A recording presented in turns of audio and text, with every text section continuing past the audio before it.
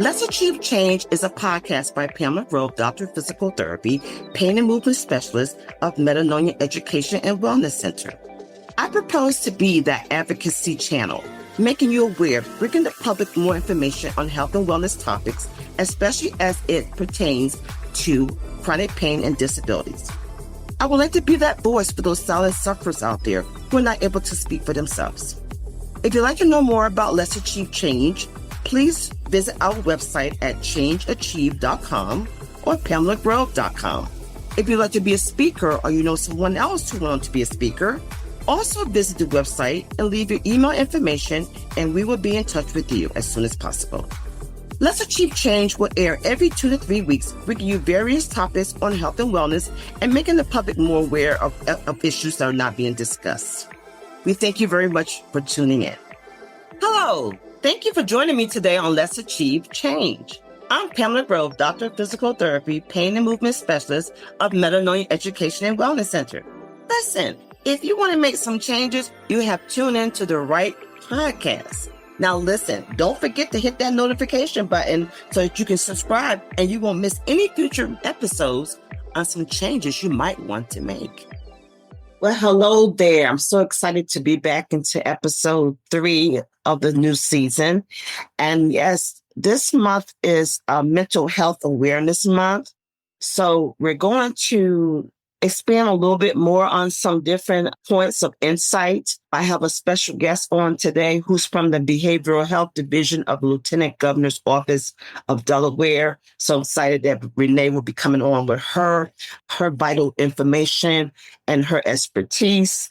But before we go on to Renee, I do want to cite a little bit more definitions and statistics. First of all, there's a lot of stigma related to mental health. It restricts people or limits people from seeking help. People think that, if a person has mental health illnesses or issues, that they cannot be treated, that maybe they are violent, or maybe they are not to be accepted in society. And so these stigmas need to be dissipated. So this month is basically trying to increase awareness, is to also let people be more aware of mental health awareness that needs to be better in the workplace because this affects others, okay? So I'm going to give some statistics. Some of these statistics can be staggering, but I'm going to give a few of them. It's estimated about and these are from the Mental Health in America website, and 1 in 5 American adults will have a diagnosis of mental health condition in a given year. That's about, 59.3 million. Unfortunately, not all those people are getting treatment. Only probably about 60%, give or take. And when we say getting treatment, they're receiving counseling or they have some type of prescribed medication or they've had some type of inpatient treatment and stay. Okay. Also, there is a big difference in who is diagnosed with mental illnesses in groupings. And let me give you those statistics. For anxiety diagnoses, 42.5 million. For those with substance use abuse as well, in the past year is about 18.1 million. When we're dealing with the United States youth, we're talking about in use for substance abuse as well. That's about 8.7%, because that's about 2.2 million, that's a lot, right? And then we're talking about bipolar disorders. That's about 3.3 million. Depression, and we're talking about from mild to major depression, could be 22.5 million. So, but what I'm saying here is basically that there is a substantial number of people suffering from all types of symptoms, and it can be anywhere from having anxiety, depression, bipolar, and the diagnosis go on, use of substance abuse or whatever. So we want to make sure we're getting people to realize that they have symptoms, that to seek out help, that these things can be treated. That's the most important things about Mental Health Awareness Month, okay? If you missed last episode that was presented, and on that episode was about healthcare providers, while you're listening, that was the name of the episode, please go back, because we had on that episode, Kim, she was a psychiatric clinical specialist, and she also brought up some very good issues that are pertaining to mental health. And one of those main points she brought up was active listening. Well, that is such an important topic because just the fact that someone is listening is key to being able to diagnose and assist patients in getting the type of resources and treatment that they need in a timely and appropriate manner. So please go back and listen to that episode if you have not listened to that episode. Okay, I don't want to take up too much more time because Renee's going to bring us a lot more information. So here is Renee.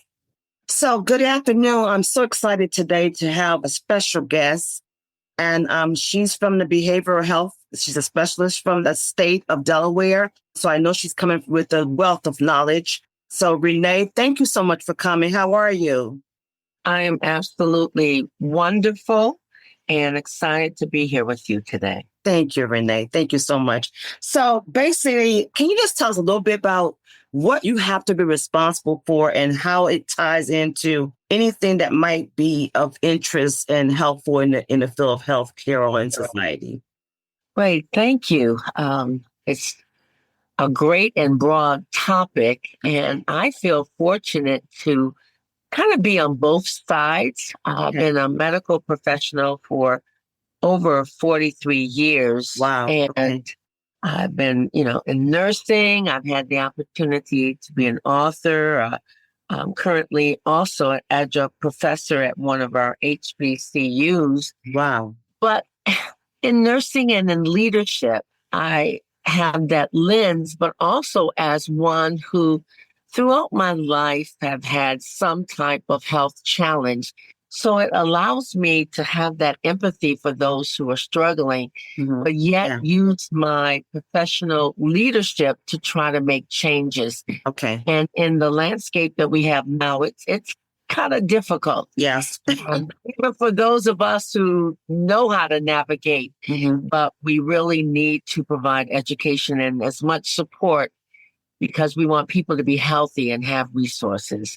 And so I appreciate this opportunity, and hopefully I can just share from both of those lenses. And let me just say this. If you have the availability, I would definitely have you come back. I have had to do that with a couple of people because they had so much information and they also came from a personal as well as a professional. So with that being said, I told them it would be best that, if we could not cover as much as we want to cover, I could definitely do another one. So we can have you back and cover some things that we don't cover. That's fine with you. That sounds awesome. Okay. So you want to start with personal first or professional first? That way I know what we're going to come back to. Let's do the professional. Okay. As currently I having such a broad favor of working within right now out of the Lieutenant Governor's office. Okay. It's a heavy weight. I want people to, especially people who I feel that are disenfranchised, to really have the opportunity to be healthy. Yes. My mother was born a Canadian, and I still have a lot of Canadian family, and they have universal health care. While there are just to know that they can have that access, they can go to the doctor. Yes. For us, many times here, whether in Delaware or Georgia or wherever, you call and you're sick today, you don't get an appointment till next week. Or if you're a specialist, a neurologist, pulmonologist, it's 3 months out. It's true. It's true. It's true. If you're able to get one. Yeah. And, yeah. Not knowing if you're, the qualifications. So it is so challenging. Yes. And I see it broadens health disparities for especially people who are Black and brown. But I just feel, and I always try to provide support, to be an advocate, but to educate as much as I can. Yes. To give people that responsibility, as well as encouraging them to say, you cannot speak up for yourself. Yeah. Oftentimes I tell people, and I say it in a joke, but I'm serious, you should in your family group have a minister, a mechanic, a lawyer, a financial consultant, but definitely someone in the medical field to help you navigate. It's the truth. It's the truth. And not to cut you off, because I want us to zero in, because I know you got so much to say, but can you give us some specific instances that you can think of on the top of your head that if you didn't advocate or if you did not provide that education, it would have been very, alarming, you know what I'm saying, or harmful for them? Can you tell us some specifics? a couple of incidents I can think of where a mother had a child who was suffering or experiencing ADD, ADHD Mm-hmm. behaviors Mm-hmm. and symptoms. And she just did not know that there was a whole avenue, a whole pathway for her to get so much support for her. Hmm. And while she was just thinking that all I just need to do is medication, Mm-hmm. I was able to make sure that through our state resources Okay. that she could have assistance beyond medication, Okay. assistance Okay. with transportation, Mm-hmm. Mm-hmm. assistance with the schooling, assistance with food and supplies. And Wow. she did not know Wow. that Yeah. all of that was available to her because her child was considered to have a disability. And in her mind, it was just, my child has an illness. Right. Right. And even now, she has support for the siblings and for her and her husband to have counseling. Wow. So knowing that, when I have the knowledge of the system, just to share that, and I can tell you now, the empowerment that I can see that she has is just unbelievable. And that Wow. makes me feel good that, I've helped her fish on her own. She just didn't have to keep coming to me for fish. Now she knows how to fish How on to her fish. own. Yeah. And that is really great. But So another powerful. situation is around probably mental health issues, Mm-hmm. which can be very challenging for families, Right. not understanding the pathology and physiology behind it. Mm-hmm. Mm-hmm. Often has a link sometimes with substance abuse disorder. Right. And you just don't want BJ around you anymore because of the behavior and Yeah. all that. Understanding the trauma that may be behind it, understanding trauma approach care. So I've worked with a family to help them understand that PJ, you can't keep saying, what's wrong with PJ? What's wrong with PJ? Yeah. More so saying, what has happened to PJ Yeah. that makes him that way, and how important it is to get him into care. Yeah. That's Yeah. beyond them. Yeah, I want you to pray. I believe I'm a woman of faith. I want you to pray. Right. You can pray and get a therapy and take medication all at the same Yeah. time. Yeah. And Yeah. God Yeah. bless. And not to interrupt you, but I just think that it's just a stigma. It's ignorance as well as a stigma. Very I much. think, yeah. Especially with the Black and brown. I think it's a big stigma. I really do. And people hate to admit that there is something wrong and that it can be helped. They don't want to open that can of worms. You know what I mean? You're right. Yeah, you're right. They think it's more embarrassing. Yeah, exactly. Try to tell people, everybody, all of us have something. Yes. Yes, Lord. Yes, something Lord. that we're struggling with. And why struggle by yourself? Because somebody's been through this with me. Yeah. There's help out there. Yeah. But oftentimes, as you said, we just in silence, we suffer. Yeah. Yeah.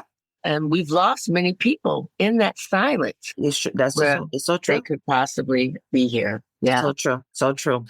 Oh my God, you're really helping us. So can you just give us some more? I know you're trying to be more broad, but I need some tangible stuff that I can say to people. They can hear, you say that I can't say. Of some of the avenues, like some specifics that they need to, what can they take home with today? I want people to realize that healthcare is a right. Okay. It's not something that you have to believe that only those with money can get it. Okay. Oftentimes, our churches are good resources. Many of our churches have healthcare professionals. So if you're in a faith community, reach out to them. There is online, you have a lot of health resources. If you have access to your computer, Google what here in my city or my state are there, what free services are available. Working through the governor and lieutenant governor's office, we get calls every day of people saying, I need help. Right. because they don't know how to navigate. And we have staff, including myself, to help them see where these resources are. Mhm. Don't be afraid to ask for help. There are people who are in positions to help you. You have your Right. church, mention your governor's office, lieutenant governor's office, your elected officials. Okay. Okay. Might even have family or friends. Talk to family or friends to see, well, who is your doctor? Yeah. Are you with them? Right. Who would you recommend? And sometimes we can tell you who not to go to, but most times who we feel comfortable with. Exactly. Exactly. Exactly. Okay. Now that's getting us in the right direction. Okay. So now say if they want to Google because maybe they don't feel comfortable yet to talk to anybody else because they don't want people to know. So what would be some click words that they would probably Google? Because if they don't know this, they don't know Yeah, what to Google. that's right. Health, I would say health resources, Okay. community resources, Okay. and even broader, if who are the top doctors in my city? Okay. Okay. That's good. Okay. Yep. Free resources, Mm-hmm. and you can get a plethora of ones. Mm-hmm. Mm-hmm. Mm-hmm. And should they put in that like a symptom or what they think what's going on? Resources for so and so. You know what I'm saying? Something like that. Definitely. Yes. You can get like free resources, or you can go specifically, I'm having this type of situation. What should I do, or what should I go? Mm-hmm. Don't use it as an assistant to get you to where you need to go, but don't use the internet as your doctor. All right. Exactly. Good point. Very good point. Oftentimes it will say to refer to a doctor. Mm-hmm. Very good point. We here in Delaware, and I know Philadelphia got in trouble, but organization that I'm with, we put together a listing of Black physicians and therapists in our state. Philadelphia got in trouble. There's actually someone who made a lawsuit against them saying that we can't discriminate and only. Wow. That's the thing. But we have, and I have shared that with so many people. Wow. Because that cultural competency, Yeah. you Yeah. want to feel that you're being heard. Yeah. Yeah. Yeah. To understand who you are as a person. Well, you know what? Not to cut you off, but I want to just say this. And I can understand how, we're getting into this field lately, especially now, that people don't want you to feel as if you're discriminating and you only being selective. But this is very important because this just came to my mind. I do still practice, and I have this patient who's from India. And she's so cute because she doesn't speak English very well at all. And of course, I don't speak anything in her native tongue. Okay. So, through her grandson, I have gotten a rapport with her, and she knows some words, and she can feel my spirit. So Right. I can get a lot of things across to her. But what I'm going to say is that she was very clear to say to me, which is so funny because this just happened last week. When I arrived last week, there was a physician in her home. Now she is 83 and her husband is 90. And what she said to me is this. She said, she in her words, trying to explain to me, she said she is Indian and she understands me. and she says, I go to only those who are Indian who understand me. And you understand what I'm saying? And so, yes, because a lot of things are lost when people don't understand the other person or they can't culturally relate. Yeah. Yes. And So, you can feel like I'm not being hurt. You can just feel it. And it's a very uncomfortable feeling. Yeah. I have my GYN, my dentist, my ophthalmologist, my PCP, and my therapist are all people of color. Yeah. And I feel comfortable. Now, I had to navigate when I first came to Delaware. That wasn't what was my makeup of my medical team. I had to navigate through this, and I feel so comfortable where I am. And that may be difficult for some people, but I really encourage you to be comfortable with the doctor. Yeah. And I'm going to speak on behalf of the other side too, because I have tried some people of color and have been disappointed. Yes. And I have I have left the practice of that person and not feeling guilty, thinking that, okay, well, I got to stay with them because they are people of color. I have given them opportunities to make recompense and they did not. And I can say that I have left because of that. So I want to also share the other side too. I definitely agree. Mhm. To me, it's Yeah. feeling comfortable, feeling as though you're being heard, Exactly. you're getting the best treatment. Exactly. That may be someone of color and it may not be. Exactly. Sure, that's amazing. So that's a very definite good point. I feel blessed that I have these individuals that I do feel. I'm happy for you. That's awesome. That's really awesome. So what else might we say? We've given a lot of recommendations about getting to the resources. A question I've been throwing out there, and I think I probably know what you're going to say, but I'm going to throw it out there anyway. I've been saying to people, if you had all the money and all the power in the world, and they said, Renee, you get to make the decision. Yes, indeed. What would be on your agenda? All healthcare and access to healthcare would be free. I know you're going to say that. I knew you were going to say and that. it would be top notch. Yeah, yeah. Also, I would love to balance that with the nutritional aspects. Yes. All school meals for children would be free, giving them that healthy start. Yeah. And then it will be food. There will be a food system for our seniors in the subsequent years.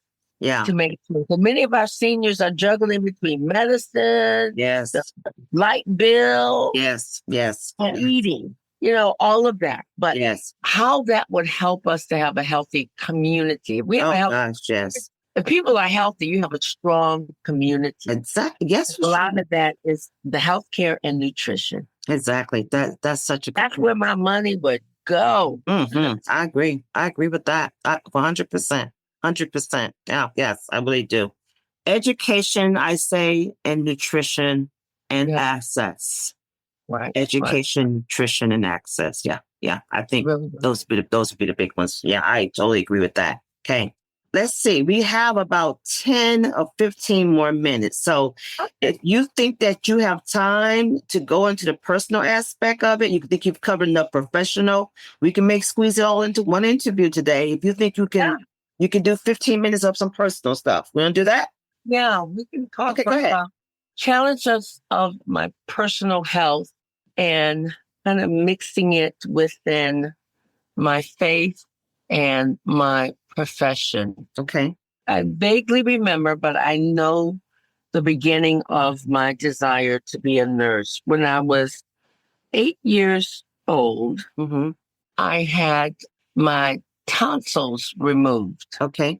And during that time frame, there was also a concern that I might have had some cardiac issues. So I stayed a little bit longer in the hospital, but I remember clearly during the night that I guess the nurses were doing their checks. And because of the nighttime and the lights, the nurses looked like angels to me. And in my mind and in my heart, I said, I want to be an angel too. Oh, wow. So since the age of 8, I said, I want to be a pediatric nurse. I want to be one of those angels. I never, from that, my goal was always to be a nurse. Wow. And I'm grateful for that aspect. I think spiritually, it's allowed me to manifest God through me to be one that helps in that healing process. Yeah. But never knowing that my health would be so challenged, which at times I see it as a blessing because I can relate. Once my heart defect was identified, I was actually told as a teenager that I would never have children. Wow. But I have a 32-year-old and a 34-year-old. Praise God. And they're happily married, and I have 5 grandchildren. Wow. But I did end up in 2011 having major heart surgery in which my mitral valve, which is one of your important valves in order to make sure that heart pumps right and closes off right and all that good stuff. It wasn't working well. Wow. So it was until they got in there to figure out if it will be replaced with literally a pig mitral valve, Wow. or they would repair it. Okay. Now, if I had the pig mitral valve, I would have to be on blood thinners for the rest of my life. A lot of work around it. But Wow. thanks be to God that they were able to repair it. Okay. Okay. So we were really excited about that. And I just thought about continuing my work. I was in a very different environment. I was in Philadelphia, so I wasn't home. I wasn't around my Delaware family. I had to trust many of the nurses and doctors. And clearly what I do and say is to share with them that I am a medical professional and I will be asking questions, not to judge or bug you, but that's what I do. And we set that bar initially.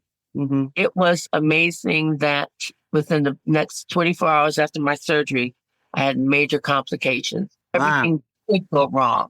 Went wrong.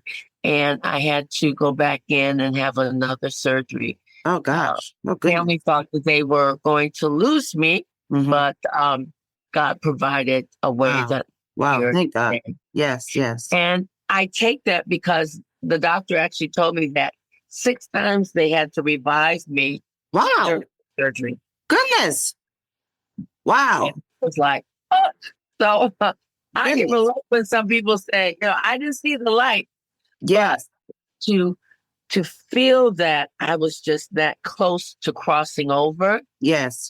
And it does something emotionally to you. Yeah. To figure out, why am I still here? Yeah. Yeah. Why did God do that? So I took that as my work is not done. Yeah. Yeah. Yeah. For that. Go ahead. Let me dive in a little bit because I know that you've been very ginger in your speech. So let me explain what I mean by that. That could have been catastrophic if you didn't have the right type of medical team. I want to bring that subject out. I think, first of all, they did know that you were a professional, nurse professional, a health professional, and very knowledgeable, and that might have probably weighed a lot. Yeah.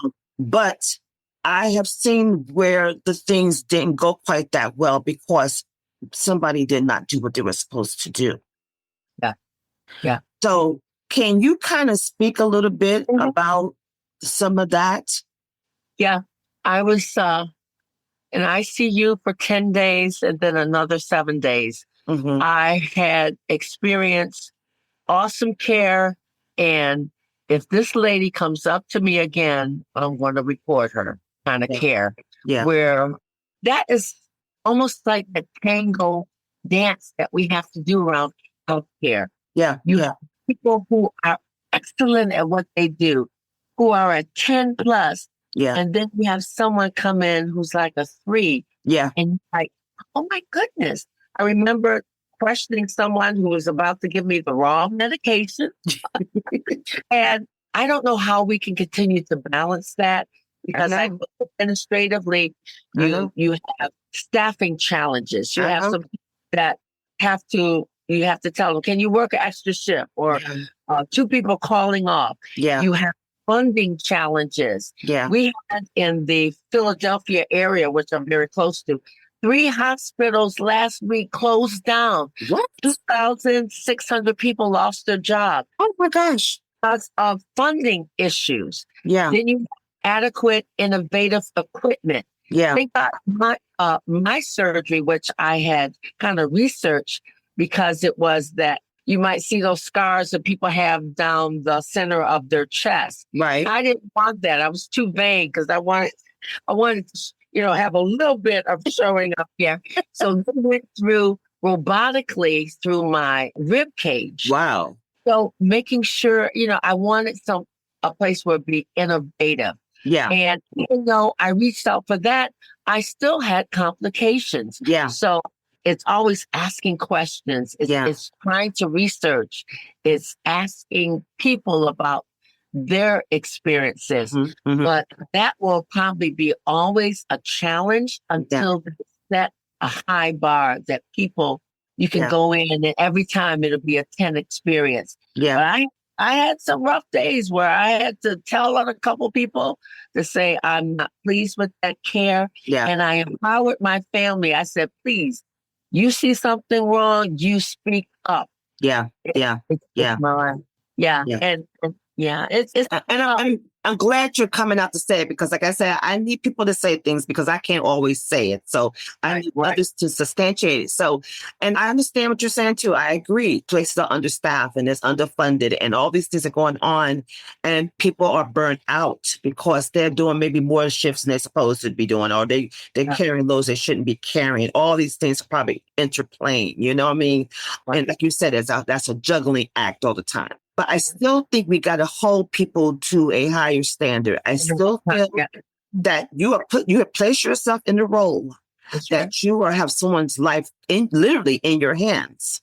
Yeah. And And so if you're feeling like you are burned out, if you feel you need a few minutes to step away, maybe you need to step away for a few minutes, for an hour, whatever you need to do to compose yourself. I just think we need to keep saying that. I really do. I do think. Yeah. And one thing that I have done with many of my staff is similar to, I always think about when I'm on an airplane, and I was traveling yesterday when the flight attendant always tells you to put the oxygen mask on yourself or you serve others. Right. So part of some of the work that I'm doing as well is to check on the status emotionally and physically of my staff. I like that. And you're talking about, I mean, for an example, a staff that was dealing with domestic violence issues, intimate partner issues. Wow. I need you. We need to help you get the resources you need, because you're going to be off and you're not giving your best because of all this that you're going through. And something to trigger you. Yes. To do that. So we also need to make sure that we're taking care of, or caregivers can raise their hand and say, I can break. When I was living in Atlanta and I was working at, it's now Scottish Rite Hospital, critical care pediatrics. We saw everything in our books that professors told us we would never see. We saw all those. We lost a lot of children. Wow. But it was established that if you need a mental health day, you can have it. Exactly. I remember having sometimes it was just too much. I mean, I remember that. So close to the kids, and we need to go back to that. I agree. And realize that we need to nurture, and especially post-COVID, where we lost so many people, lost so many health professionals, either from COVID or they decided this was too much. That we want you to be at your best, but we have to make sure that we're allowing you to put the oxygen mask on yourself and we're supporting that way so that you can give the best care. Because like you said, people's lives depend upon it. Right.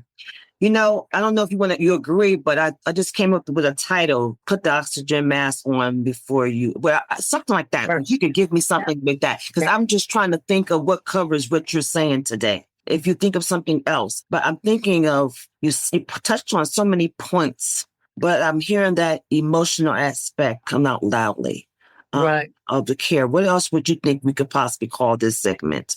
Oh, it's a frequent term that's used, but it's really about self-care. I've got to take care of myself. There are days where I'm like, I'm just going to chill today, but it is putting the oxygen mask on yourself first. Really. I think I like that. Yeah. Physical, like emotional, spiritual. Yeah. You know, sometimes I'm around a lot of people. Sometimes I need to be just with Renee. And then sometimes, hey, God needs to I'll take a ride. I'll go someplace. Yeah. I'll call in and say, I just need the day. And I know for some people, they don't have that flexibility. Yeah. You might do that in the evening or the weekends, but you've got to nourish yourself. We just can't keep running on empty and expect to be our best. Yeah. Yeah. Coming from a personal standpoint, I had that on Friday. I hate to admit it, but I think I hadn't been that low for a long time. And I had to put the oxygen mask on myself first. I had to do that. And I had to just sacrifice some financial funds and say, no, I just can't. I can't do it today. So, yeah. I'm glad you did. Oh, yeah. I wouldn't be so happy today if I didn't. We have to, and we cannot feel guilty about doing this. Oh, no. Especially we as women, we both have our children. Yeah. Oh, yeah. And sometimes our family pulls from us. I always tell my girls, and my family, I want to be the best, but sometimes I have to retreat a little bit. Yeah. And please allow me to do that so I can be the best for you. Exactly. Oh, I love you so much. I thank you so much. Anything else before we sign off? We got about 2 minutes. Anything else? No, I'm just excited about what you are providing, an avenue. Any way that we can get information out, we can support, we can love on people. I think God has placed us all in these unique places and positions. Yes. Once we stay connected to Him, He will guide us. Yes. It's a path that we're not sure of or never trod it down, but God never leave us by us. Yes. Oh, yes. Oh, yes. I'm just grateful that our family are a family of caregivers. Yeah. And we know how to pray and we know how to support people throughout. So thank you for giving me this opportunity. Thank you so much. Thank you for what you're doing. Thank you so much. We want to spread the word. Thank you so much. Health as well. Be blessed, okay? Thank you. All right. Love you. Bye-bye. Bye-bye. So thanks again to Renee for joining us today. I want to reiterate that there is nothing embarrassing in admitting that that we need some type of mental health break, or we need to seek mental health treatment or assistance, or whether we are experiencing maybe a period of a burnt out, or maybe we have some depression symptoms, emotional abuse is going on in our life, substance abuse or suicidal thoughts. All these things can be treated in a timely manner, and it can make a difference whether we are burdened to ourselves as well as to others who we are trying to help, treat, or care for. Okay. So if you are experiencing these symptoms, I think I kind of mentioned in the episode, one of my periods about 2 weeks ago. And, if you have a family member or friends or patients that are also experiencing symptoms, please advise them on seeking out resources. And don't forget that if you put your oxygen mask on first, then you're able to then put your oxygen mask on someone else. Stay tuned to next episode as we dive into more with other guests on issues that are definitely causing people to experience harm and suffer silently.